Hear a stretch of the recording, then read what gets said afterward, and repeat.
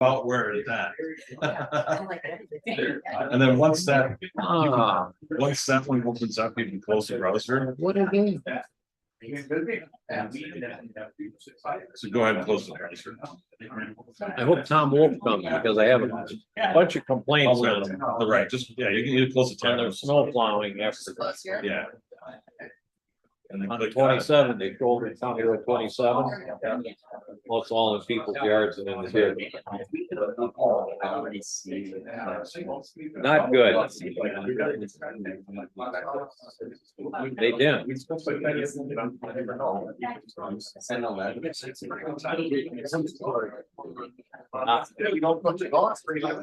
What's that? Snow, but not the crushed rock that's in everybody's yard. That's, they're calling up weekend too. I don't. Yeah. So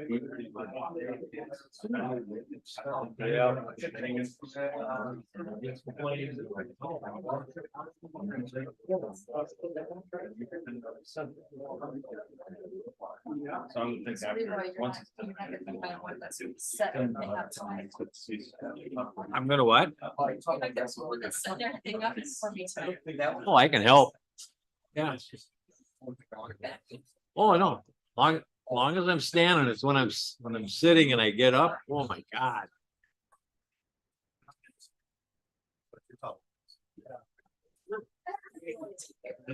We'll get it.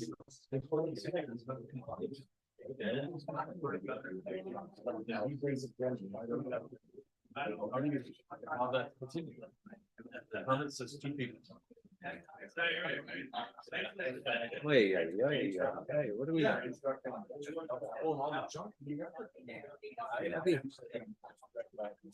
Yeah, you should. I didn't realize. Boy, everybody's here for that tonight. Yeah, I know. Huh. We're gonna throw stuff at you. Going back. I would. Ah.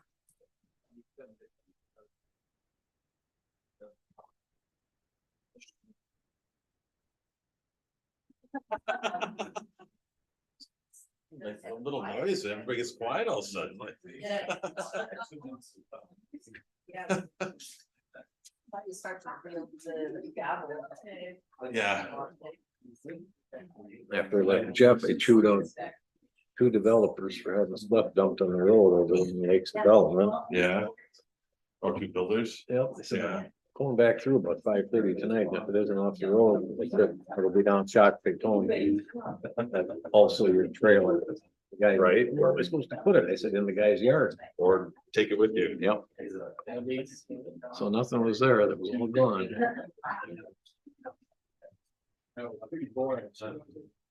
If Jeff wanted to get out of there so quick, I'd have had him swing by and shoot him.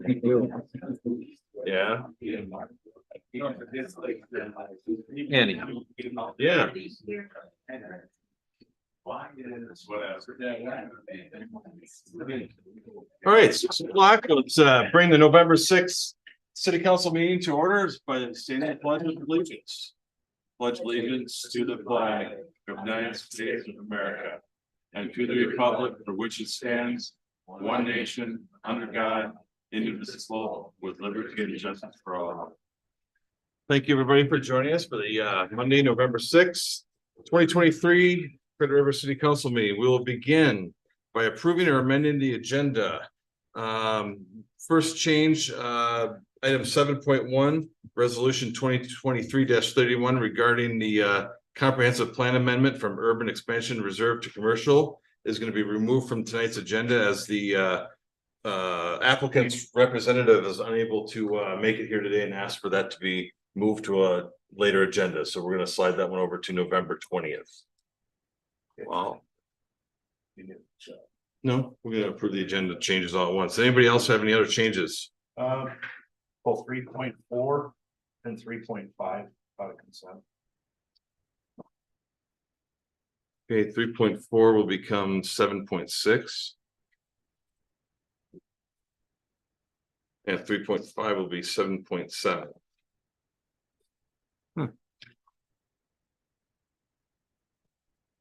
Anybody else have any other changes? Nope. There's no other changes. I would take a motion to approve the agenda with the noted changes. So move. Right, Jay, I'll second it. Leroy?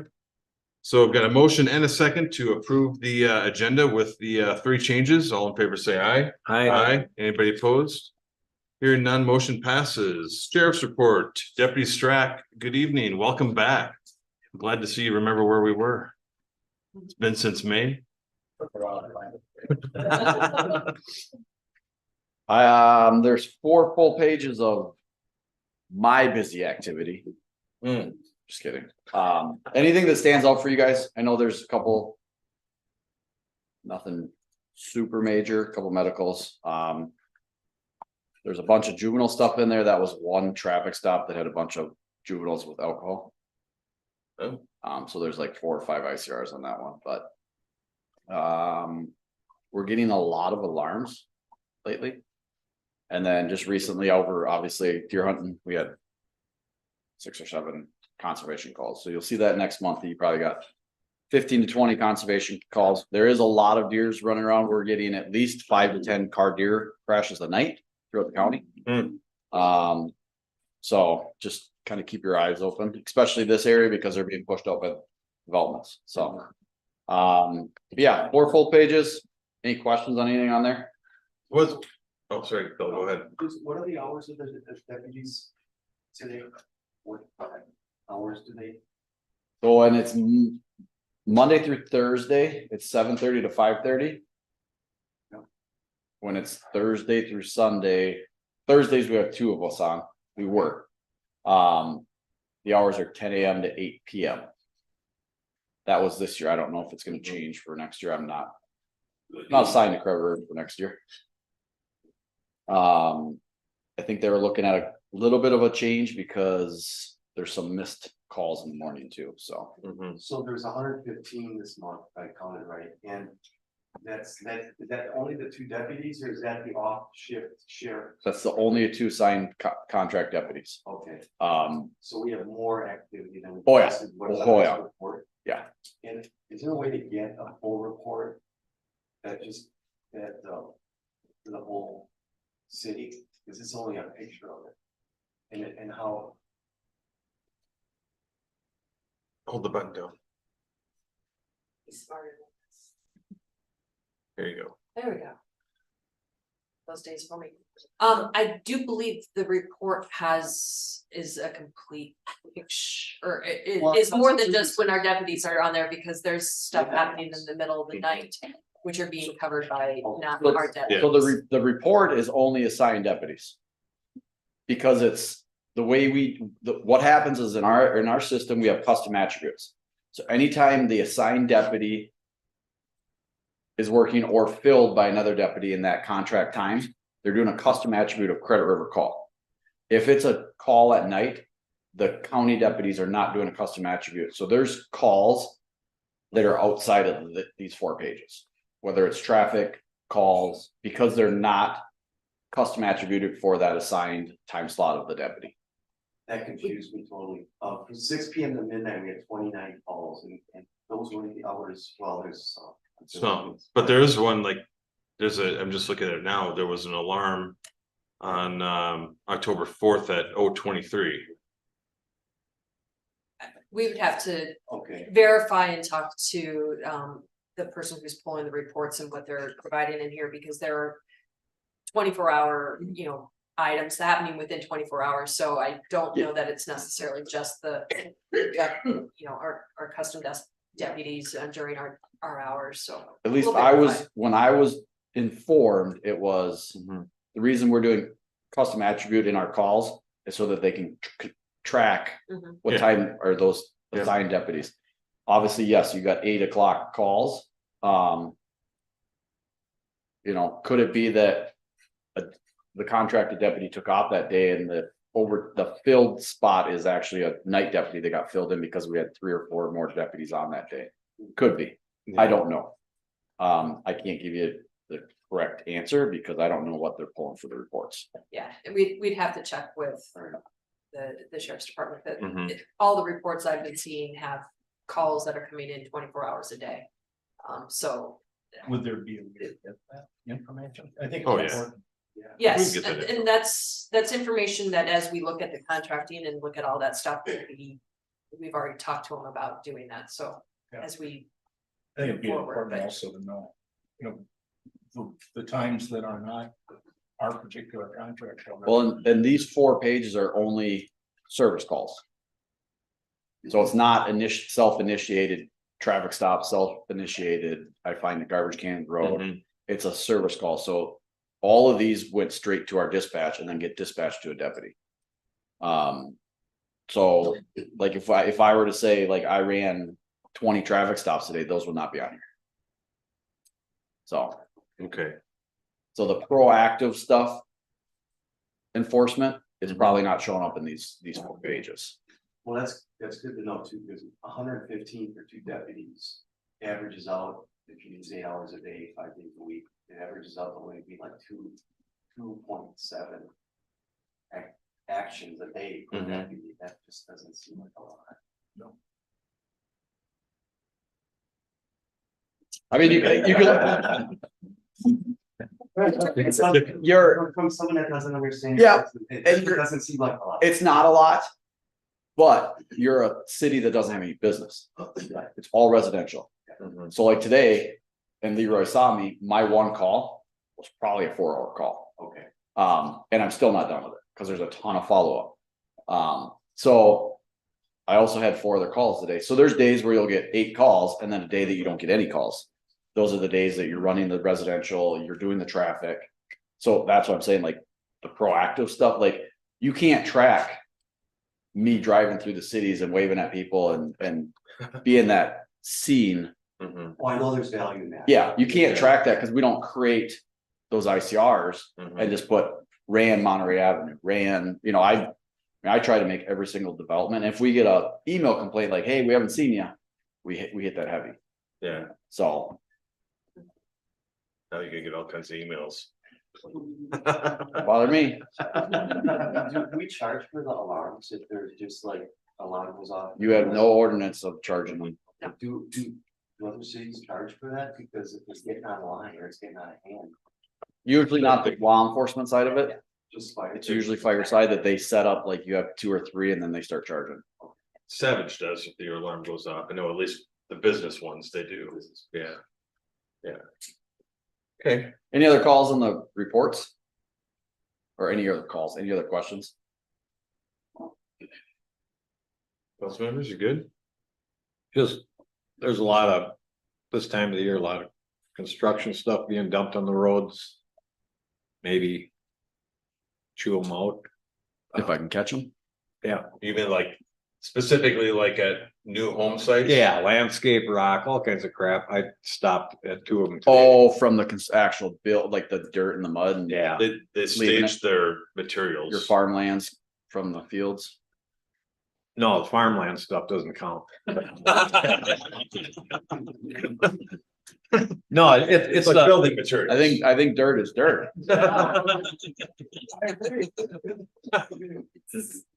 It's building materials, I think it's specifically. Yeah. Yeah, Yes, Yeah. so, all right. Your November tip, obviously, we're getting into the holiday season, shopping season. Just like our dog park and our Cleary, if they see something that something of value, they're gonna smash your windows. If you have a trunk, put your stuff back there. Don't leave anything lay. We're getting more and more crime coming from the cities. It is what it is. If you're shopping in Burnsville, there's gonna be crime. Same with Eden Prairie. So just protect your stuff, know where you're at. If you're coming out, obviously it's getting dark at 4:30, 5 o'clock. Don't be on your phone walking to your car. I know people are like, oh, be on your phone with me. Well, no, you're distracted. Know what your surroundings are, know where your cars are, and make sure that you're locking your stuff up in a spot that they can't see. Or you'll be coming back to a car with a smash window. And I'll be doing a report. So that's your Perfect. holiday tip. Don't go shopping, buy online. Yeah, so they can steal off your front steps and sit there. Put ring cameras up because then I can catch them. Yeah, So, All right, thank you, Jeff. Yep. Appreciate it. Be Yep. safe out there. Awesome. All right, consent agenda. Those items on the council agenda which are considered routine or non-controversial are included as part of the consent agenda. Unless a council member specifically requests that an item on the consent agenda be removed and considered separately, items on the consent agenda are considered under one motion, a second, and a vote. Any item removed from the consent agenda shall be placed at the end of general business. Tonight on the consent agenda, we've got October 16th, city council meeting minutes. The November 6th claims approval. Resolution 2023-29 reimbursement of Stonebridge project expenditures from the proceeds of improvement bonds to be issued by the city. And then resolution 2023-32, an interim use permit for an accessory dwelling unit at 19025 Towering Oaks Trail. Is there anything else on the consent agenda anybody would like to consider separately? If there's hearing none, I would take a motion to approve the consent agenda. I'll make that motion. Thank you, Leroy. Thank you, Jay. A motion and a second to approve the consent agenda. All in favor, say aye. Aye. Anybody opposed? Hearing none, motion passes. We'll move on to open forum. The public forum is intended to afford the public an opportunity to address concerns to the council. The public forum be no longer than 30 minutes in length, and each presenter will have no more than 5 minutes to speak. Topics of discussion are restricted to local governmental topics rather than private or political agendas. The council may discuss but will not take formal action on public forum presentations. Is there anybody who'd like to speak in open forum tonight?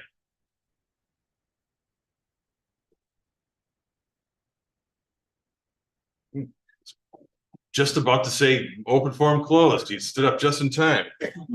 Good evening. Thank you, Mr. Mayor, Council. Steve DeGroot, 19061 Margaret Lane. I just had a quick 2 comments on the ordinance amendment for sections 35 and 80. The first issue is really not part of what's being discussed tonight, but I would suggest that you stay with the streetlights when that comes up. I live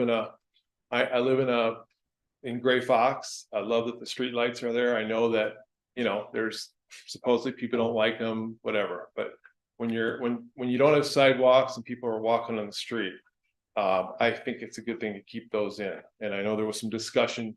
I saw the planning meeting online, so there was some discussions. It's not part of it, but if it comes up, I'd suggest we keep them. Okay. My other issue is the change in the setbacks on the sides and how that was handled. My opinion is that if I went out and saw my neighbor was gonna build 10 feet closer or 15 feet closer to my property line than I expected them to, and they would have been living for a long time, and I didn't know about it. Maybe he got a variance. If he did, I would have been notified by letter because I was in so many feet of his property. But in this case, my understanding is the only notice that went out, which is what was supposed to happen, was on paper. And that's pretty hard to find unless you really don't have anything to do. My opinion is, and my expectation would be, if you lived in a community sewer and septic area, you should have got a letter to come to that planning meeting. And I don't think that happened. And so while I don't really have any issue with the development, what I have an issue with was the way that the ordinance is being contemplated being changed. And I think that some people are going to wake up if somebody starts building next to them, because you're potentially changing from 30 feet to 20 or 15 feet. And that's going to be kind of a shock to people. And I don't think that's a good idea. I think if you send the letters out, let them have a public comment on it, and they don't show up, well, that's on them. But in this case, because of the type of change it is, it wasn't required. There was nothing that anybody did wrong here. But in this case, it seems like we should have done something extra to make sure that the people that live in the affected areas knew about that. Thank you. Okay, thank you, Mr. DeGroot. Anybody else for open forum tonight? Hearing none, we'll close open forum and move on to general business. As a reminder, general business 7.1 regarding the comprehensive plan amendment did get struck from the agenda and moved to November 20th, so we will move into general business 7.2, amendment to zoning ordinance related to rural residential and open space developments. For that, I'm going to turn it over to planner Cindy Nash for introduction to this item. Thank you, Mr. Mayor. So this is a developer-driven zoning ordinance amendment to propose amendments to two different sections of your ordinance to permit a development style that is not currently allowed in your ordinance. It is a development style that in the past was permitted back when Scott County did your zoning code. When you adopted zoning several years ago now, it was determined at that time not to have any additional CSTS types of developments occur. So that section of the code for open space development was basically, it was left intact, but with the caveat that there couldn't be any new ones. And what the situation that we have presently is that Mr. Kowalski has purchased the property that encompassed what is still future phases of territory development, or at least it was planned that way. And that area has an existing conditional use permit that needs to be amended in order for them to move forward with any development plans that they would like to pursue. We did work with them on preparing a draft amendment to the ordinance that has all of these regulations within it to allow for the open space to be used in some limited circumstances, basically if somebody's already within a subordinate service district. And then also to carry some of the information on setbacks in particular over to that rural residential district so that they're easier to find than they had been in the ordinance previously. One outstanding issue is that the streetlights that as was mentioned in the public forum is still an outstanding issue that was not addressed by the Planning Commission. And I would propose, in order to resolve that for the purpose of tonight's meeting in this ordinance, that you could, this is on page 17, number 6G, you could change that wording to developers shall be responsible for the cost and installation of street lighting installed as part of the approved development plans, if any. And then that would leave it open that there could be street lighting potentially, and the developer would pay for it if any is constructed, but it's not necessarily required. With that, I'm happy to answer any questions that you have. Okay, thank you, Cindy. Council members, questions, comments? Going back to the streetlight comment, does that mean then that we are requiring or we're not? Or is it as approved and who's doing the approving? So Cindy, do you mind sharing and going back to that language that you were proposing for that one and that was in your presentation, please? Sure, it would be adding a little bit of wording to the end of that line to say developers shall be responsible for the cost and installation of street lighting installed as part of the approved development plans, comma, if any. And by doing that, if they are included in the plans, the developer would have to pay for the cost and installation of those. That would be standard with the developer paying for the cost and installation of anything in the approved development plans. But it's also saying if any, so you wouldn't have to approve them if the Planning Commission and council felt like streetlights were not necessary.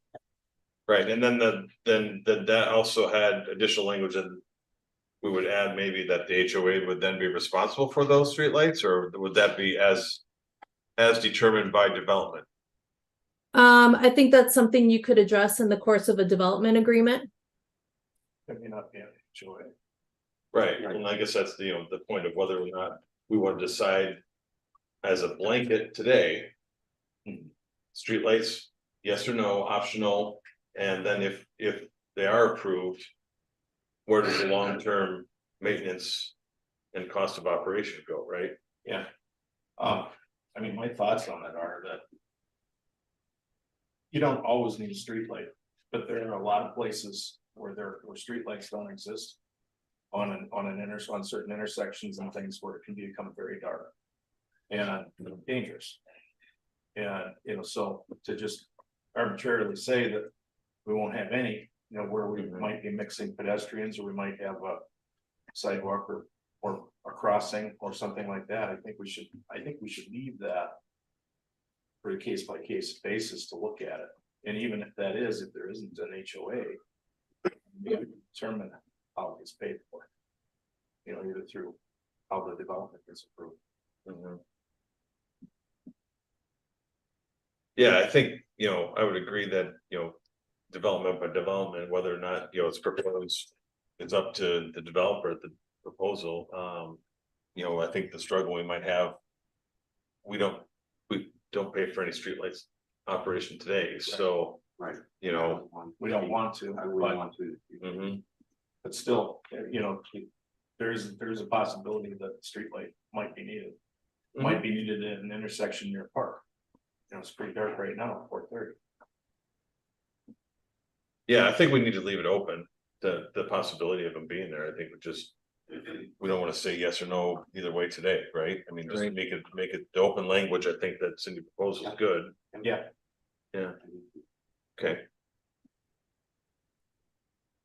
How about the, Yeah, that's cool. Yeah. going back to the open forum? How we're noticing.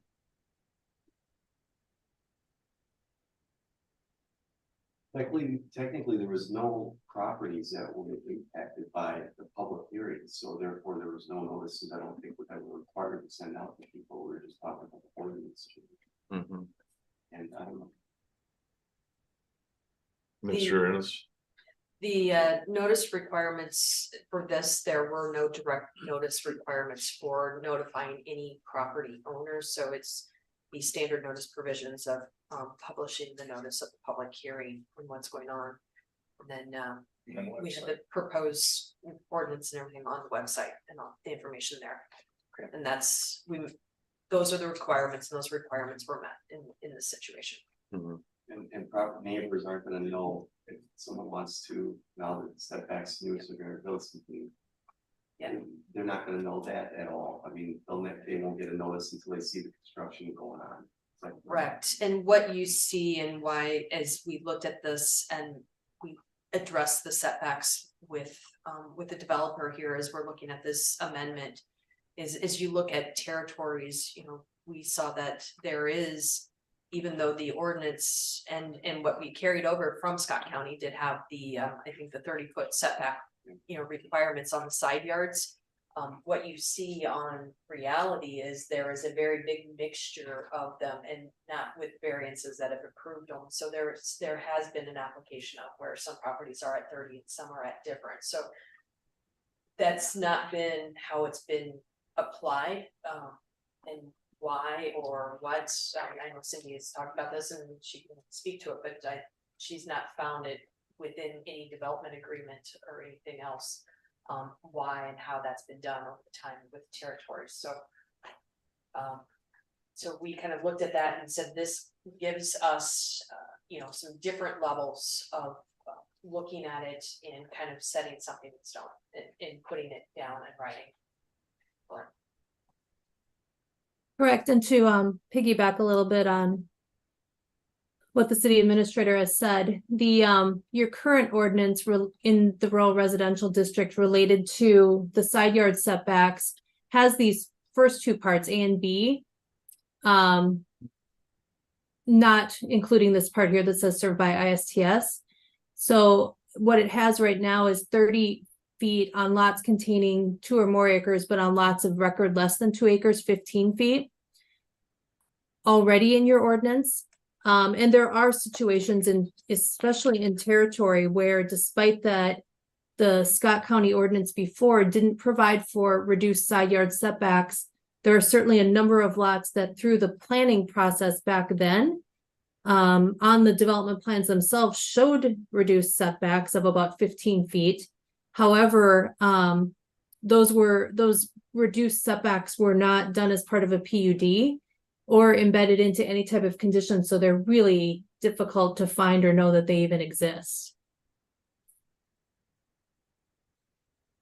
So this just sort of cleans up some of that language, but yes, it would open it up that if you could meet basically this paragraph C, that if it's less than 140 feet in width or less than an acre in size, then the side yard setback would be 15 feet. And then for all others on CSTS, it would be 20 feet. So Cindy, that would actually then cover that. Because it's a specific condition. Yeah. Cindy, we had two issues in South Passage five or 7 years ago that the folks put the house up, wanted to put a bigger deck on and had to come in for a variance because of the 15 feet. Or 20, 30 feet. Yeah, They couldn't meet the 30 foot. that's what it was. Mhm. Yeah. So this would clear up that language a little bit and. Again, the total width of the lot, 140 feet or less. Narrower lot, because you're taking Yeah. up. You're taking up quite a bit of that side here. Mhm. What- Would that also help with the side garages that they want to put on Those side loading garages. these homes, Cindy? No, that does, no, that actually makes that a little more of a problem. Oh. And that's where we did have some additional discussion that, in these cases where we're having smaller side yard setbacks, we really need to move towards a model of requiring, foundation and then final grade as-built to ensure that those driveways do not end up in the drainage and utility easements and end up larger than they were planned to be. But that'll have to be a separate ordinance amendment that we'd bring forward as part of probably some annual cleanup of some other things too. Okay.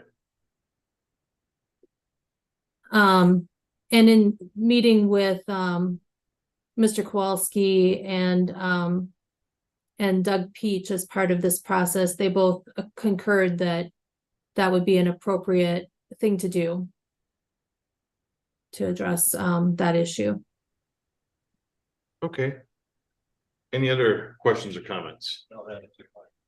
No. Otherwise, if you guys are comfortable with then as written, I would take a motion to approve. I'll make that motion. Thank you, Jay. Thank you, Bill. So we've got a motion and a second to approve an amendment to the zoning ordinance related to rural residential and open space developments with the amended streetlight language that we talked about tonight. All in favor, say aye. Aye. Aye. Anybody opposed? Hearing none, motion passes. 7.3, discussion on government center architect contract, Administrator Reynolds. If you would turn your microphone on. Thank you. There you go. Great. We are actually for this one going to turn it over to our city attorney. He has been in conversation and is seeking council guidance on the last two provisions of the government center contract that so Okay, Bob, if you're available. Bob, All right. Council, you guys have already approved the BKV Group contract for architectural services contingent on attorney review. Historically, my understanding with the city council or former town board has been anything of a substantive nature I'd bring back for you guys to consider. I think there are two remaining issues that we need to address with BKV. One is there's a standard provision in the agreement 8.1.2 that the architect will indemnify and defend the city for any any lawsuits from third parties regarding their negligent acts. So if somebody was injured due to their negligence and we as a city got sued, they would indemnify and defend us. Not initially, but we would be able to recover our costs if they were adjudicated by a court to be negligent. And that's typical in most contracts, but they have asked for the city to limit the amount that they would have to, their duty to indemnify to the available proceeds of insurance coverage. And that we typically would not agree to. They have asked for us to do that in this case as I said, normally our public policy is not to agree to that, any limits on the duty to indemnify. But here they're asking for it, and they pointed out that they have agreed to limit ours to the amount of tort limits. If the city agreed to this, then if there was an excess judgment in the amount over what they have in insurance, right now it's $2 million, then arguably the city would not be able to recover from the architect. We do have the statutory tort limits of 1.5 million of insurance coverage, which should be enough to cover any third-party lawsuits against us. Say if the architect was driving on the site to do an inspection and hit someone, and the city and the architect got sued, the tort limits would be in place for us, but not for the architect. But we should have enough coverage with $2 million. So that is but there is still a risk there, and that's why I brought it to your attention. So that was issue number one. The second issue is 8.1.4, where they are requesting that we both mutually waive consequential damages in any disputes arising out of or relating to the agreement. And that includes typically lost profits, business reputation, financing, things that are not specifically directly related to if like the roof fell off down on the building. But one of the things in consequential damages, which I think could be an issue for the city, would be rental expenses, loss of use and income. Typically, those things are within the definition of a consequential damage. I have contacted the attorney for the architect and asked him if they would agree to include language in the agreement directly stating that any sort of rental expenses that we would incur, because if the roof fell and we had to now find a new place for our employees or our equipment, we would have extra costs. And what I don't want is any lawsuits relating to that, whether that is direct or consequential. And the law is in Minnesota is kind of all over the place. And their architect in our telephone conference call last Wednesday kind of agreed that that was the case. My understanding, even though I have not heard back from him, it's my understanding from the city administrator has talked to the architects and they have stated orally to her that they don't look at rental expenses as being consequential damages. So if that's the case, then there should be no problem in inserting that into the contract. And remember, under contract law, you look at the document itself at the end of the day as it's signed. And anything that may have been orally discussed, but doesn't get included in the contract doesn't exist. So my recommendation to the city council would be to approve the change to section 8.1.3 that they wish. But with regard to 8.1.4, I would suggest that you only agree to consequential damages if they agree to insert language agreeing that any kind of rental expenses that the city might incur as a result of their negligent acts or omissions would be considered direct damages. Okay, thank you, Bob. Councilmember. Yes, I have a question, Bob. So you said these are typical clauses in a contract, right? Between the city and a Yes. and a vendor. So what's the rationale for not wanting them in here other than they don't want them in here? Because I've done RFPs before with governments and they never waive these things. They said, I understand. So And that is, you're right. You do not have to waive these. And in the past, we never have. But this is one of the things that it's my belief that the architect is sort of standing firm on in these. And I don't know if that's because of their requirements with their insurance carrier or not.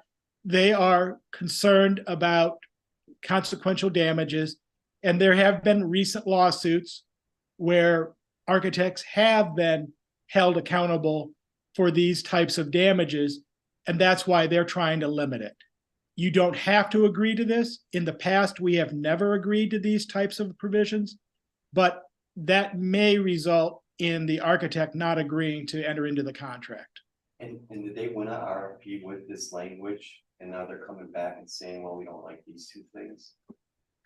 The RFP does not have contract terms in it. The RFP we did reference into if they had exceptions to any of the standard form contracts. These provisions that we're talking about are standard form provisions that are in the AIA contracts. And so it is standard, it's standard language in the AIA contracts that we're asking them to amend and change. So that's. So do we open the floodgates when we ever have a contract and we want these in here and they're just gonna go back to what we did to these guys? I mean.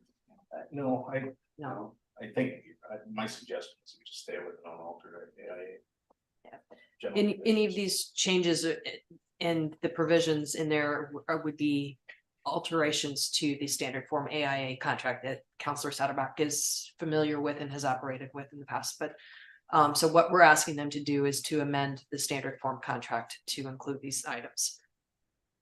Or to, yeah, as the attorneys represented, so. Any other thoughts?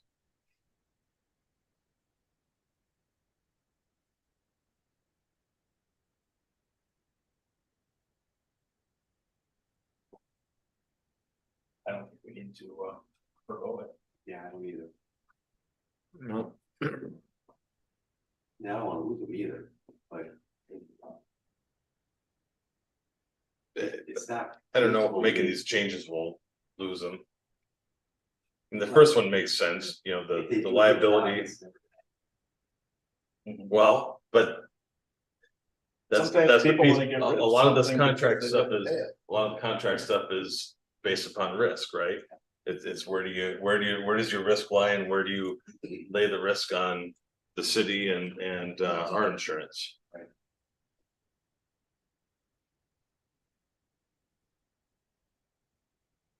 Mr. Mayor, generally, we take the position that if you're concerned about something, you need to get more insurance. But in this case, it wasn't, this is something that they felt strongly about. And so I thought I'd best bring it back to you guys because this is something that is not something they readily agree to. They have made all the other changes that we have requested, but this one, these two, they're some, at least for purposes of discussion, they're pushing back. But my understanding is for the consequential damage one, they would at least, from the email I received from the city administrator, they in concept would agree that rental expenses, which is really where I see most of the consequential damages, would be something they would readily agree to be direct. Otherwise, if we didn't put that in there and we agreed to this, we could make the claim, but we'd have to litigate it. And that's what we're trying to avoid. Right. Well, if they seem agreeable to that piece, then. I think. Stand for it. Yeah, stand with both of the changes and, okay. Bob, do you want that by motion then? I just need some direction from you. My understanding is that the agreement based on the proposed language is contingent on BKV Group agreeing that rental expenses would be considered direct damages under the terms of section 8.1.4 of the agreement. Is that the direction of the council? I think the direction of the council was good on both changes. Okay, and that's the change that I want in 8.1.4. Yep, Is that they include that rental expenses would be considered direct damages. right. I'm sorry, I'm confused. I thought it was agreeing to not making any changes to the standard contract that we sent them. And what I'm hearing is that we are, that I thought I heard that we stand firm on making the changes. No, No, I was standing firm on, we have a contract language, it's a standard contract language that all cities use, and I would propose we don't change that. This is standard language only in that this is what the American Institute of Architects has proposed. right, And this is, and every time there is a lawsuit where they receive a judgment against them, they attempt to rewrite the AIA contract. And they present it as a standard form, but in fact, everything is negotiable. And in fact, they have changed many of the provisions in this agreement to try and satisfy the city's concerns. So everything is negotiable. This is just something that they started with, and we either agree to it or we do not. And I am recommending to the city council that it's okay to agree to the language that they have proposed for section 8.1.2 regarding limiting their exposure to their amount of their insurance. But I would suggest that the city council counter their proposed language in 8.1.4 with a requirement that they include language that direct damages would be considered, rental expenses would be considered direct damages. okay. So you're good with that piece then, right? So leave the first section alone, but include the, And the first section has been agreed to by the parties, assuming that you guys are agreeable to it. Excuse me for my misunderstanding. When we submit an RFP, we have a contract we want them to sign, right? Was it our contract or was it their contract that they were proposing to us? The contract is not with the RFP. The RFP just says, it puts out there the information and the scope of the services that we're asking them to do. The scope of services from their proposal from that then becomes part of the contract. But the contract itself is not with the RFP. Okay, so The- who wrote the this- contract? Is it are we writing the contract then, or are they writing the contract and we're making changes to their contract? The contract, when you're talking with architects, the same thing with the construction manager, which will be coming up here before long, is you start with the base standard form AIA contract. Is So that that's the architect's- American Yes. Institute of Architects. That's their standard form contract the architects use. And then you kind of negotiate from there any changes that you would want to have with that standard form contract. So they start up with the standard form contract. They've provided that to us. We did a review. And this Our is city what Bob attorney- wants to change. Yeah, Okay. our city attorney had numerous items he wanted them to change. We've gone back and forth a couple of times on those. These are the last two provisions that Bob is asking for the council's guidance on before we basically finalize and say, we're done with this and we're ready to approve the contract. I That's- misunderstood all this. I thought, because I didn't see the contract, I thought we wrote the contract and they're trying to get changes to our language. But No. no, we're trying to get changes to the language they propose. mhm, And it benefits us by them accepting not the language that we propose. Mhm. mhm. Okay, thank you. And you did have the contract. We approved that upon attorney review a couple meetings ago. Oh, did we? Yes. I apologize. Yes. All right, understand. Okay, so let's go back to where do we lie again? So, as Bob's suggesting, we could, leave the first section alone and add rent as a direct liability item. And it sounds like they are in theory okay with that. Somewhere along the line of inclusive of rental expenses Right. Yep. or loss and use, Mhm. something like that. I Direct think damage. that's- It's direct That's damage. basically Yeah. that's his intent. is to Exactly. cover a loss and use. Yep. So, So we good with that? yes. Okay. Bob, it sounds like we're good with that change. Thank you. Yep. All right. We'll move on to 7.4, approval of the Credit River personnel policy. Administrator Reynolds. Thank you, Mayor, Council. Back on the August 7th meeting, it's been a while. We talked about the personnel policy and some changes that we needed to make within the policy to bring it internally consistent. Also, there were some changes with the earned sick and safe leave that the legislature passed with the 2023 legislative session that we needed to adopt those provisions and bring it into our personnel policy so we could know how we were going to adapt it. During that meeting, we did discuss the policy and guidance was provided in regards to PTO. We had kind of some various pieces of only full-time earned it, but then we also had conflicting language that said part-time earned it as well. The guidance provided to me at that meeting, at the August meeting, was PTO for our full-time personnel. Full-time was considered over 30 hours in a week. Overtime, we talked about, we have in the current policy overtime for over 40 hours in a week or 8 hours in a day. And we talked about breaking that out. So we had some flexibility in the workplace. And so we went to full-time employees overtime for over 40 hours in a week. But then we did discuss incorporating a part-time employees for more than 8 hours in a day, really kind of focused on the thought process of our, if you're looking at our grader or snow plowing, and it takes a 10-hour day to snow plow, that there's some overtime associated with that, but they may not be working 40 hours in a week for us, depending on the amount of snow that we have. So we incorporated that language in there, and then earned sick and safe leave with the legislation that was passed. We discussed making that part of our PTO.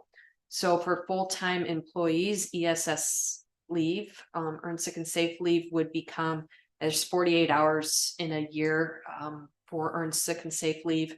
So 48 hours of the PTO hours would go towards that ESS leave, making it a subset of our existing PTO. But then the legislation requires part-time, seasonal, temporary, and everybody else are also eligible for ESS leave. So anybody that works more than 80 hours for the city is eligible for ESS.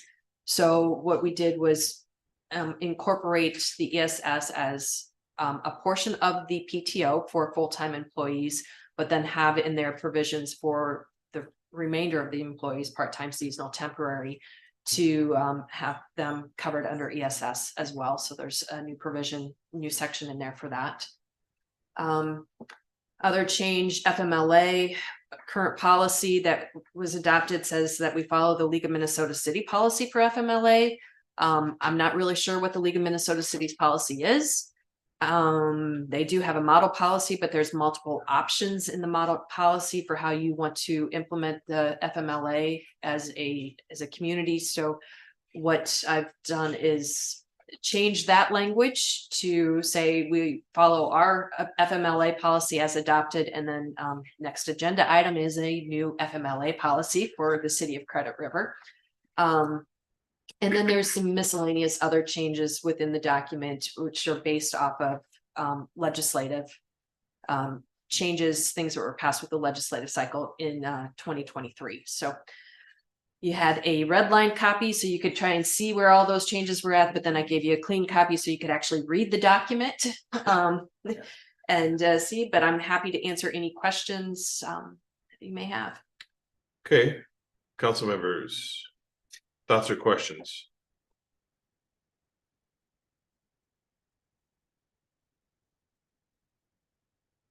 Just have a general state. Yeah, and make it. you can. I think we're way too generous on PTO. And I think it's ridiculous, and I was not a council member, so we don't have to debate it tonight, but when I look at how many days off plus the state holidays, I mean, you're gonna have a 1-year employee that's gonna be able to take off like 5 or 6 weeks, or they're gonna be off from work 5 or 6 weeks and get paid in any given year, which to me is nuts. Now, this ESSL, I'm glad you clarified, because in my head, are we double counting the PTO plus they get the ESSL? But it's not, it's going to be a subset. It's going to be a They gotta subset. use that first. I think the carryover we allow too is too much. It should be 1 week, and we want to get our employees to take their vacations. And it's okay to like maybe go, I'll give them a week that they can carry over, but it's like. Otherwise, you just rack up these things, you have a 20-year employee, they're gonna get a severance of I'm exaggerating, a year's worth of pay, because they don't get sick and they don't take vacation. So that's just a general comment, it just seems like that part of our policy is just really, really. Good, we'll get a lot of people that don't like that, interested in working for, and it's not a big deal today, we only have 2 employees, but. I just think it's. I question whether we are worried about something that, an ability to hire people that may not exist. And we haven't really gone out and tried to hire anybody. So, maybe we should see if we have a problem hiring people with that, or we should try to think of the taxpayer. Experience in professional world these days. These are the benefits people are looking for. Sure. Yeah, we have a tough time hiring people with really low PTO benefits. It makes it a struggle. I can Yeah. tell you this is not overly generous compared to cities. And that's who you have to, Yes, I 100% agree. that's who you have to Yes. compete against for the employees that we're looking for. The You're, private sector is incredibly generous. Versus. the but private you're, sector. yeah, you're looking in a difference there, because Mhm. I just came where we had no cap on sick and you had employees with 1,000 hours of sick leave. We did have caps on what we paid out at separation. Yeah. And I did see. This, Yeah. yeah, there is a cap of Mhm. 480 hours, which is not, I think it was 480. Yeah, So that's, like I said, who you're competing against for your employees, you're in line with these numbers. I mean, I haven't done the direct comparison, but just knowing where employees are at. I don't have the data here today. You're in line with what you're gonna see in cities. I would add that my recollection is Mark did. Mark was here at the time that he did check. He did smart. he did. Like, let's see, Yeah. versus the private sector, Mhm. we had a problem with government expenditures is because we give out all these great benefits and. The taxpayers. Well, what would? For 0 to 5 years, I'd say 2 weeks, they get 2 weeks on. And they get 5 PTO days. Plus whatever the law now requires in the state of Minnesota. But Yeah, so you're 5 PTO days. 2 weeks, if you had a vacation and a sick leave policy, you may not be that far off, but you're at 3 weeks basically with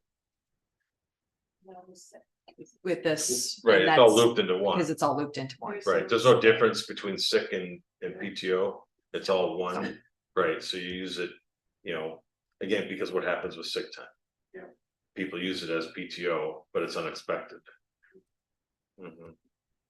The other concern I had with the policy itself is that, and we used a template. Section 14 talks about any employees, like they can file grievances, or it's almost like if we hurt their feelings, that they can file a grievance against us. It's like, it's all subjective. And we have to put that in our policy. Yes, I mean, you can, this, Crazy. I mean, I This understand is sexual using- harassment that all that stuff is, old stuff that used to be in there, it used to be a paragraph about sex. Now, if there's a whole bunch of things in there, it seems like that. I'd be worried about saying anything to anybody. this is pretty standard, and this is following the League of Minnesota Cities model policy. So we've used their personal policy as the model, but there is, I mean, you are seeing the respectful workplace section 14, you're just talking about grievances and the ability to do that. You see that all over, and you see it put into the personnel policies, but a lot of it, you'll see unionized cities, and it's part of what you're going to see with your union contracts as well. That's going to come through with all of it. So it is pretty standard. And I think, I mean, I have been in government in one way, shape, or form, I guess, for most of my time. I haven't been out in the private sector for a while. But it's pretty standard what you're going to see in government and pretty standard what you see in government in most states even, so. Who writes the Minnesota League of Cities, who writes these policies? League of Minnesota Cities has a model policy that's out there that they put together. They have their HR professionals, they have their attorneys, and they keep the model policy up to date. So like they updated the model policy at the end of the legislative cycle to incorporate all the requirements that we're supposed to hit based off of legislation that was passed. So they update it, they tell us where they're updating it, so everybody can then in turn update your own internal policies based off of it. But it's not a requirement, but it's, you know, it's a good base for us to utilize. Okay. We can always change this if going down the road. Mhm. Yes. Two employees. Yes. We're not employees, right? That ESSL doesn't count for public officials or elected officials. Actually, at this point in time, yes, it does. So, Actually, and there's, just today, actually, just got an email from the league. Okay. Clarification. Industry this morning says the state does not consider elected officials as employees under the ESST law. yeah, that's been, the league's been going back and forth on it. I haven't seen that email Yeah, yet, but Just came out this morning. they've been working on that one to get clarification, because you're looking at things like elected officials, where they included election judges. You know, especially now with the 18 days prior for elections, some of those judges, if they're working all 18 days, are going to go over 80 hours, so they get ESS leave. There's a lot of pieces of that the legislation and how it impacts on the cities and on local governments that will be discussed again, hopefully at the legislature here in 2024, to get some clarifications and some improvements on the language that they passed in 23. But there's, yes. And I know they've been working with labor to figure it out and to get them to at least say that even though the legislation doesn't make that clear, that in their interpretation, elected officials were not included. Mhm. Yeah, I think tonight we're just approving red line changes. Correct. Yeah, approving the personnel policy, you have the red line so you can see where the changes were at, but you also have the clean copy, so that's what we're approving. So maybe we approve that. We take a strong look at it here, 7.5.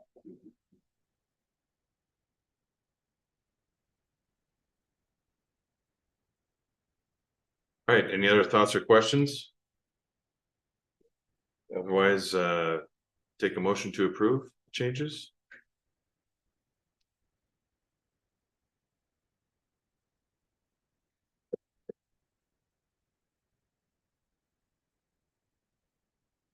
A motion to approve, and hopefully the city council talks about PTO in the future. Okay, got a motion to approve. Do I have a second? I'll second it. Thank you, Leroy. Motion is second to approve the Credit River personnel policy. All in favor, say aye. Aye. Aye. Anybody opposed? Hearing none, motion passes. All right, moving on to 7.5, approval of the FMLA policy. Wait 1 second. Okay, pulling this up. So as I stated, we have the FMLA, so the Family and Medical Leave Act. It's federal law that covered employees, or that requires employers to provide up to 12 weeks of unpaid leave to eligible employees for reasons of family and medical care. Public employers, so governments, we are all covered employers, so we have to adopt FMLA and we have to follow FMLA. Private sector, there's minimum amounts for employees that you have to have before you have to worry about it as an employer. But unfortunately, as a local government, we're required to do it, even though we only have 2 employees or 2 full-time employees at this point in time. So we need to put together our FMLA policy. Most of this is statutorily driven by, federal law, what's out there. there are some optional pieces on how it gets adopted. And how you implement your FMLA. So a couple of the pieces is how's the calculation of the 12-month period? You can go and say it's 12. So what you get is 12 weeks of unpaid leave in a 12-month period. So you can say your policy is the 12-month period is a calendar year. So you get the 12 weeks, no matter, in the calendar year, no matter when your FMLA starts. You can say if you had, a different fiscal year, maybe you would want to do it and match it up to your fiscal year, or you can do it on kind of a rolling basis. So if the medical condition comes up, say tomorrow, and you begin eligible for the FMLA tomorrow, then it basically you start it and it operates on a rolling basis. So it's 12 months starting tomorrow, and you get 12 weeks, and you use a rolling basis year. So those are kind of the different ways in which you can look at adopting your FMLA policy. This was drafted using the rolling basis. It's kind of what I've been familiar with and what I've seen in many employer situations, is that it's a 12-month rolling basis. And somebody can get the 12 weeks and it's on a 12-month rolling basis, but say it's a continuing medical condition. At the end of the 12 months, they can recertify their FMLA and get another 12 weeks for the next year. So it's an ongoing, it's 12 weeks per 12-month period of time. So that's kind of one optional piece, and the way I drafted it there was on the rolling basis. Optional is the statute doesn't require, or really doesn't require a second opinion, but it doesn't prohibit you from getting a second or a third opinion. So I did put into there that the city may require a second medical opinion when considering whether an FMLA request should be granted. So that allows you to kind of get a second doctor to basically verify that there is a serious medical condition that would require the FMLA time to be activated. The third one that's kind of the optional language that's in the document was provided for unpaid medical leave of absence. Once again, you're not required to provide an unpaid medical leave of absence option after the 12 weeks is up, but you can allow for it. And so we did incorporate the optional language there that allowed us to, you're not required to provide additional medical leave, but it does allow you the option to give somebody the additional leave. Situation I can, from experience where I've seen it happen is I've had an employee that we've had on FMLA for cancer. He hit his 12-week period of time. He was about a week and a half out from finishing up his treatment. And are we going to go and say, okay, well, your 12 weeks of protected medical leave are done, and so now we're going to, now I can terminate you.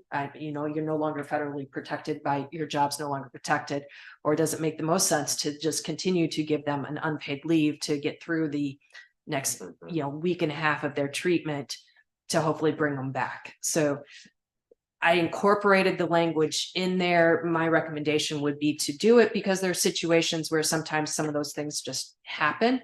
And like I said, that is one I can speak from experience. I've had it happen in a previous employer and an employee situation where we were at. So happy to answer any questions on it. I do recommend that we adopt some form. If you want changes, we can make some changes to it. But we adopt our own FMLA policy and not say that we're just following the league's policy. So happy to answer any questions.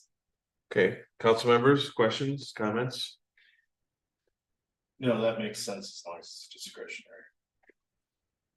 Which one? The extending. Oh, without pay. Yeah. Yeah, I think it says employer may choose, so. As long as it has. As long as we can make the decision. Yeah. I'm okay with all of that. Yeah, the rolling 12 months is fine. The second opinion may be required depending on the situation, yeah. we're not adding anything extra other than what we may allow extra. I mean, it's the bare minimum is what we started with, right? And then we just use the Right. word may. And that's- Yeah. Yeah. Really, most of the policy is guided by federal law anyways, so. Right. There's not a whole lot in that you can change. Right. Okay. Well, if you're good with that and the draft language, I would take a motion to approve. I'll make that motion. Thank you, Leroy. Thank you, Jay. A motion and a second to approve the FMLA policy. All in favor, say aye. Aye. Anybody opposed? Hearing none, motion passes. All right, 7.6 ARPA funds. And maybe first, Kathy, you want to introduce that subject real quick, please? Sure, I can, and then we'll let Dominique answer Dominique, questions. Answer questions. I can introduce it. So we federal government during COVID, you had all of these ARPA funds that were sent out that cities received. And the funds are required to be reported, tracked. You have to be declared by 2024 and spent by 2026. And there were certain things that you were authorized to use the ARPA funds for, certain things that were not qualifying expenses that these funds could be utilized for. I know we have been holding these funds and kind of looking at these funds for the ability to purchase land for the government center.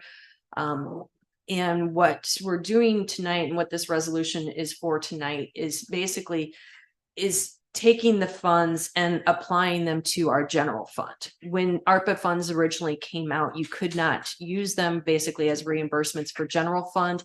They have changed the regulations now surrounding them. And so what this resolution does is to take the funds, apply it to our general fund as reimbursement basically of our general fund expenditures. And that would then free up basically a correlated amount of money at the end of the year that we could then transfer to the capital fund and continue to hold those funds at that point in time for the potential land purchase or to utilize in a different manner, how council sees fit at that point in time. But what this does is it allows us to declare and utilize these funds so we get done. We'll do our final reporting then to the federal government in 2024. I think the reports are April timeframe, so we could clean this up. We could do the final reporting in April and basically be done with it and be done with the federal side, and we don't stand any risks of not getting them declared, not getting them utilized, and losing the funds at some point in time in the future. So the recommendation that we had was to transfer them into the general fund doing this. We've worked with Ellers, our financial advisors, in this as well. And so now we're making that recommendation so we can get this done. We'll get it all taken care of and then cleared up with year-end transfers and so forth as well. Will it be categorized or labeled as restricted then on the books? So Yes. it won't be, okay, Yes. it won't be unassigned, it will be restricted to. So the procedure would be, it moves into general. The only thing I would add to what Kathy said is that it's 612,000 and some change.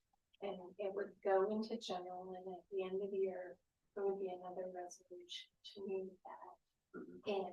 And at that time, you can specify that it would be for the city, the purchase of land or the government's building, so that would reduce expenses. And I think the rationale behind that is that's something that benefits everybody kind of equally instead of picking projects or certain things. And then, yes, it would be dedicated, it can be dedicated in the capital fund. But at the end of the year, when you close the books on December 31st, I mean, in the general fund, will there be a line on it that says this is restricted? The $612,000 Yes, is we restricted. do, yeah. When you make the transfer, you Yeah, can make, I would make the transfer and Right. designate it as Okay, restricted, yes. yes. There's a whole process at the end of the year where we do go through and designate things as restricted or. So that addresses all of my concerns, which is why I want to pull it out. Discussion. That's fine. Okay, any other questions? Then I would take a motion to approve. I'll make that motion. Thank you, Jay.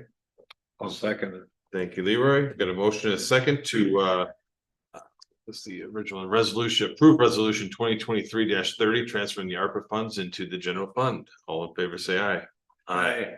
Anybody opposed? Hearing none, motion passes. Item 7.7 goes back to consent agenda item regarding the authorization to release a request for proposal for city attorney services. The reason I pulled it out, I just had a couple of questions on it, which were.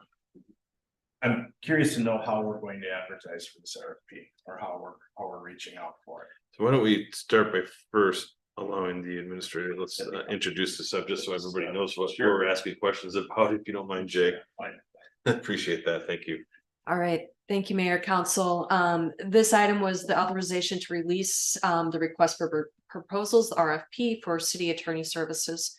The goals and objectives that the city council had put together for 22 and 23 listed to do a review of all of our professional services contracts and asked us to look at doing RFPs for them so we could compare existing services, see what else is out there to make sure that we are being the best stewards that we can of our taxpayers' dollars and we're getting the best we can for what we're doing.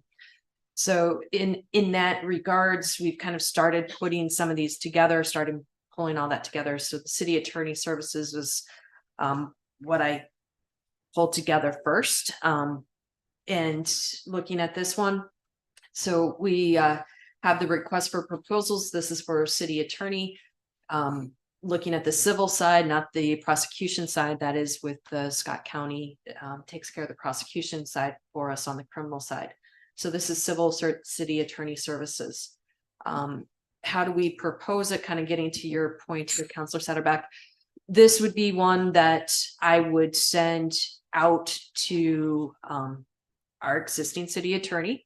We said to allow our existing contract providers to propose. And then I would also send it out to other municipal law firms that I'm aware of. I'll send it directly to them, but then I'll also post it on the League of Minnesota Cities website, which people monitor and watch in their marketplace. So kind of the same process I followed for the architect, same process I followed for the construction manager, we followed with this. We'll post it on our website. We'll post it on the League of Minnesota Cities website.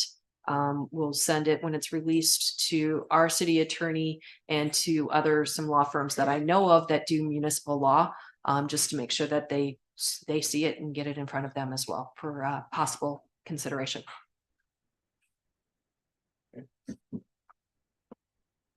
Anything else? Okay. There's no benefit this submitted to like private businesses submitted to an online, company with recruiting and all that stuff, or. I can't think of one that comes to mind, Monster, but that's like really old, I would do that.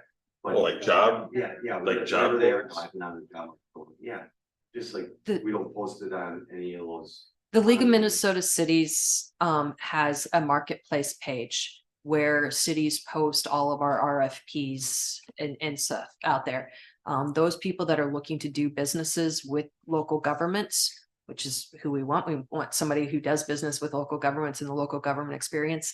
They all have it set up so they get email notifications and so forth when these kinds of things get posted on the league's marketplace. So that is really kind of our online source and the best source to get it out there for us. You can do some other things to get it on the state's marketplace, but that one's a lot more complicated. And I find that you get more from the league's site probably when you're looking at city services.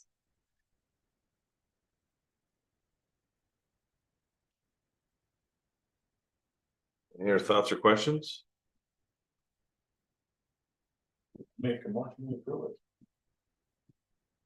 it. Okay. Motion by Jay, a second by Bill to authorize the release for proposals, the RFP. All in favor, say aye. Aye. Anybody opposed? Hearing none, motion passes. All right, now let's jump down to 8.1, third quarter financial report. Dominique. Mayor and council have What's that? just passing. Yeah. Yeah.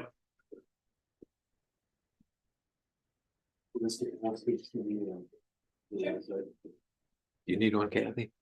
No.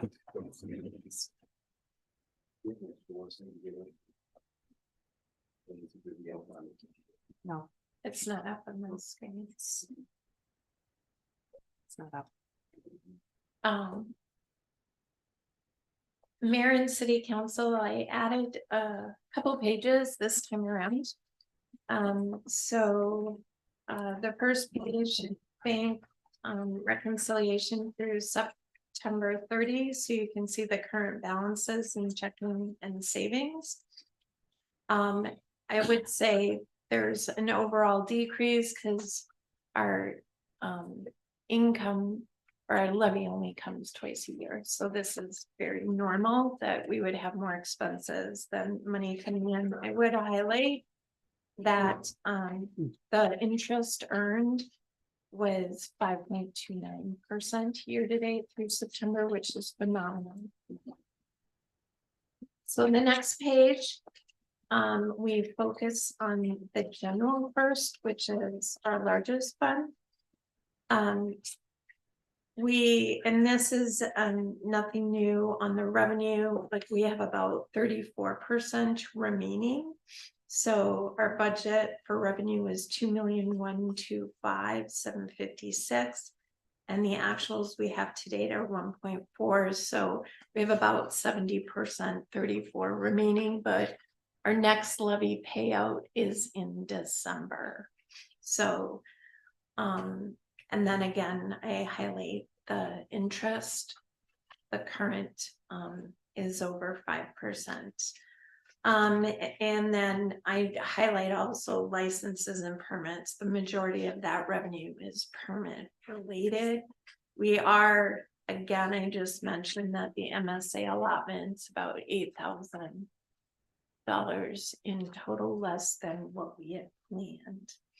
On our expenses, we have 22%, which kind of corresponds.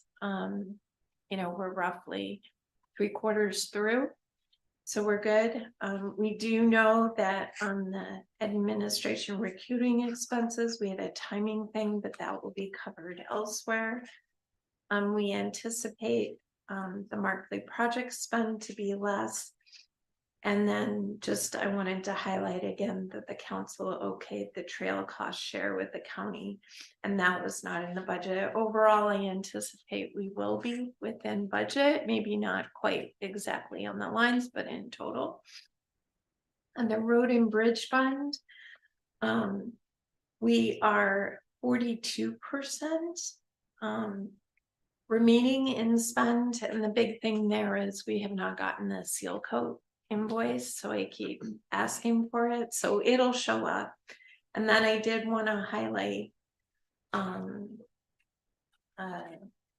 the traffic line part of the revenue, and then our expenses. You can see the 51% in this seal coat comment applies to the expenses. So our budget is 762, we've spent 371, and we have 390 remaining, and I anticipate we will be favorable.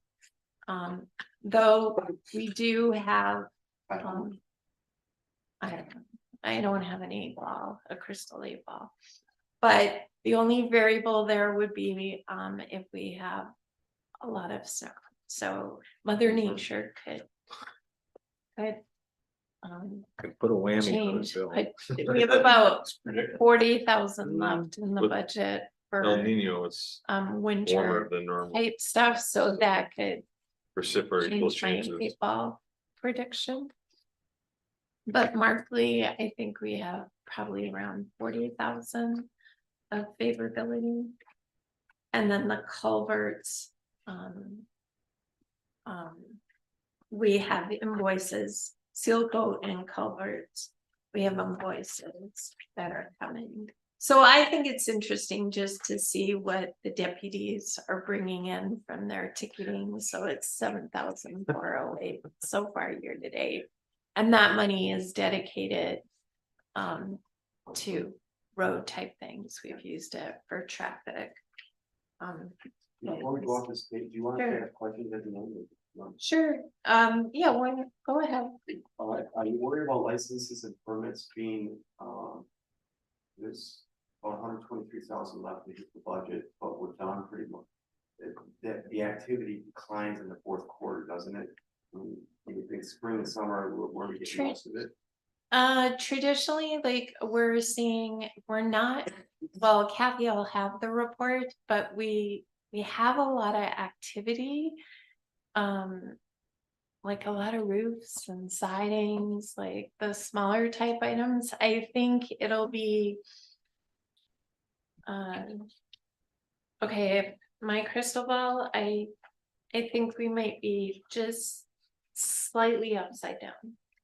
Permitting, meaning the revenue and the expenses just a little over, but we've had 2 years where we've had the opposite because of the timing of how we're billed by Metro West.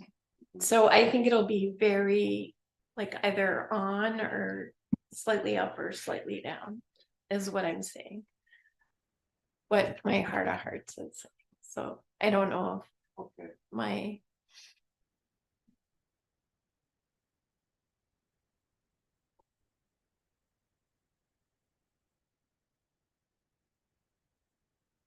because you're looking at the revenue on the permitting, the 123,000. Yeah, we gotta collect that in 3 months, and I didn't think I thought the fourth quarter activity is a lot less. In the than past, second and third. we have not experienced that. And for example, I'm working on October and the permitting, like a rough number, I was just working on it, it was like 54,000. Okay. So it's kind of so.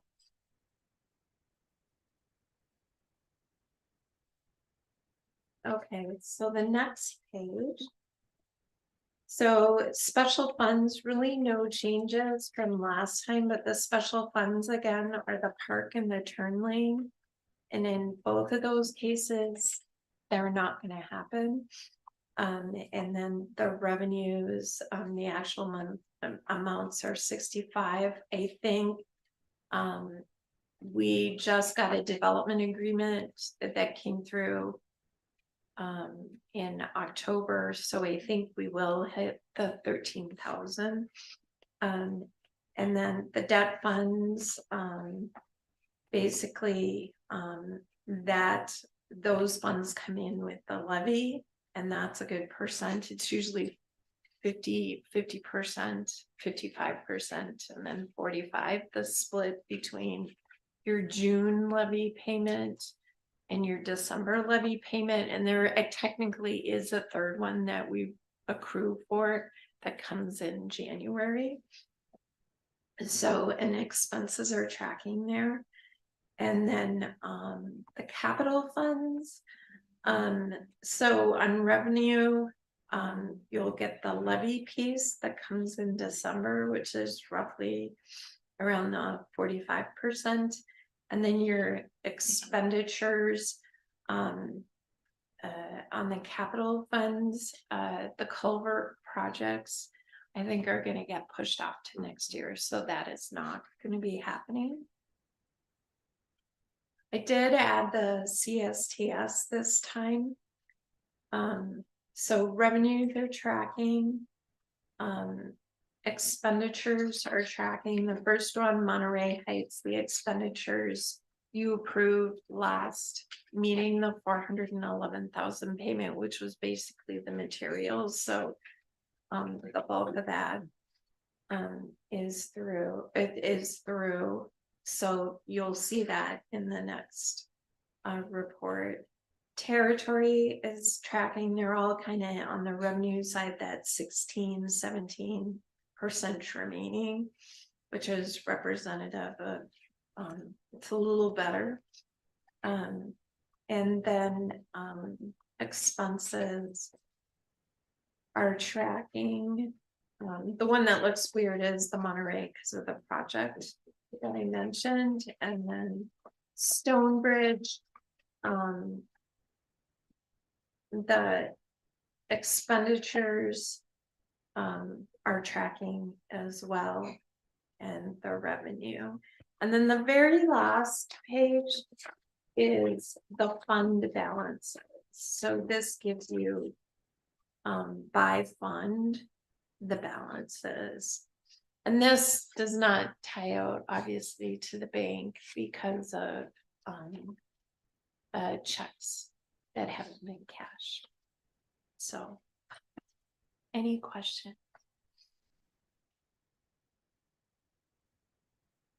Council?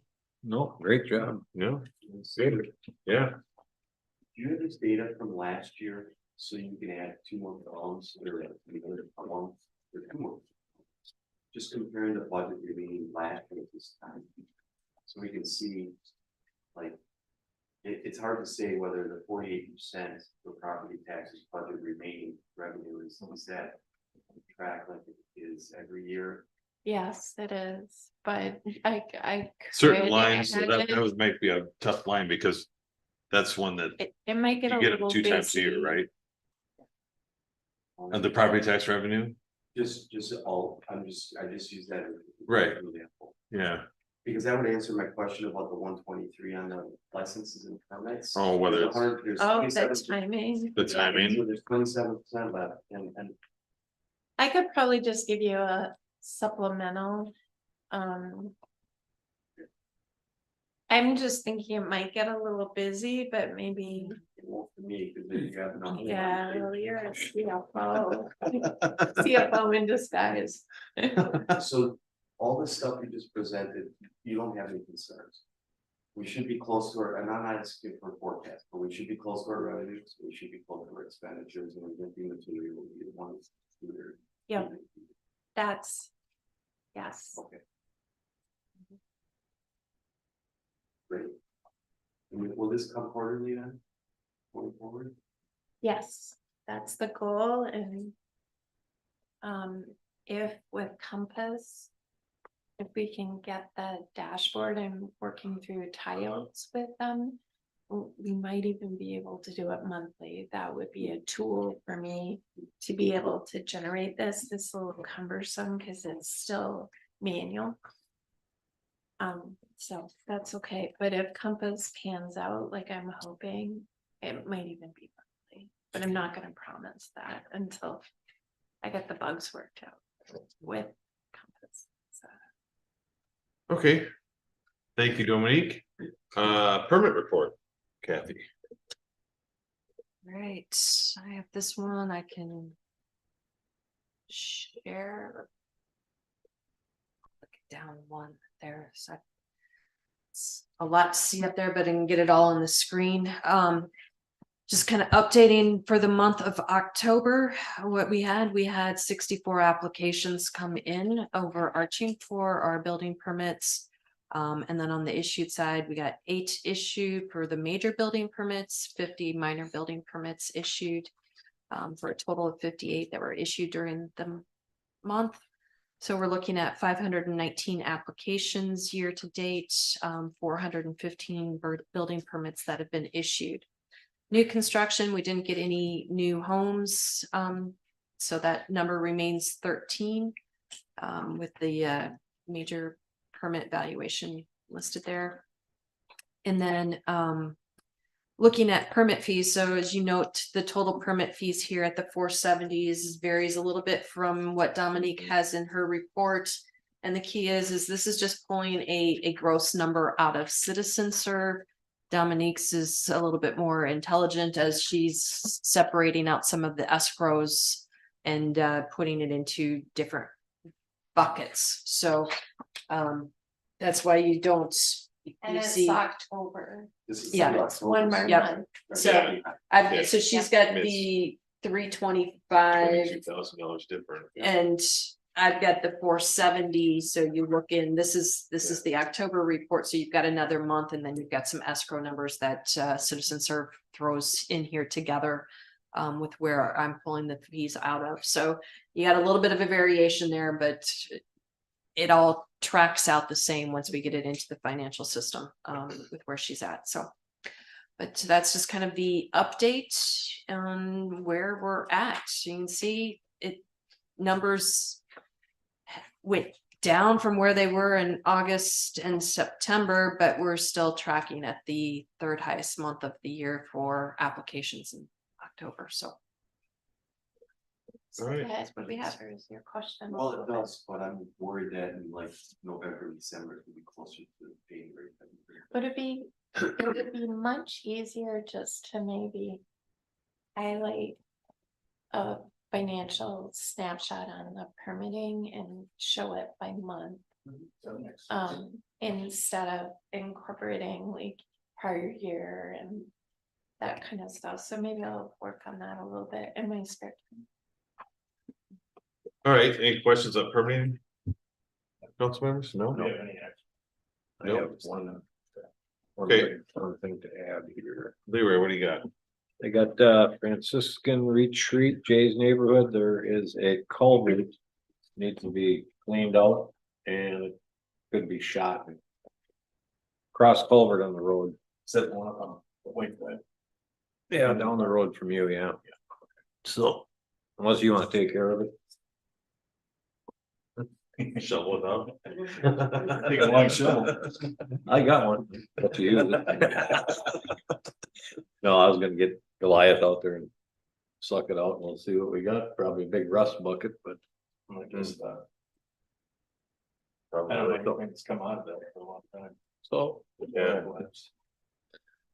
More likely, those, that whole neighborhood, those culverts, that neighborhood. Along with the road, So that's that's, tough shape. that's all I have. That's a project for tomorrow morning.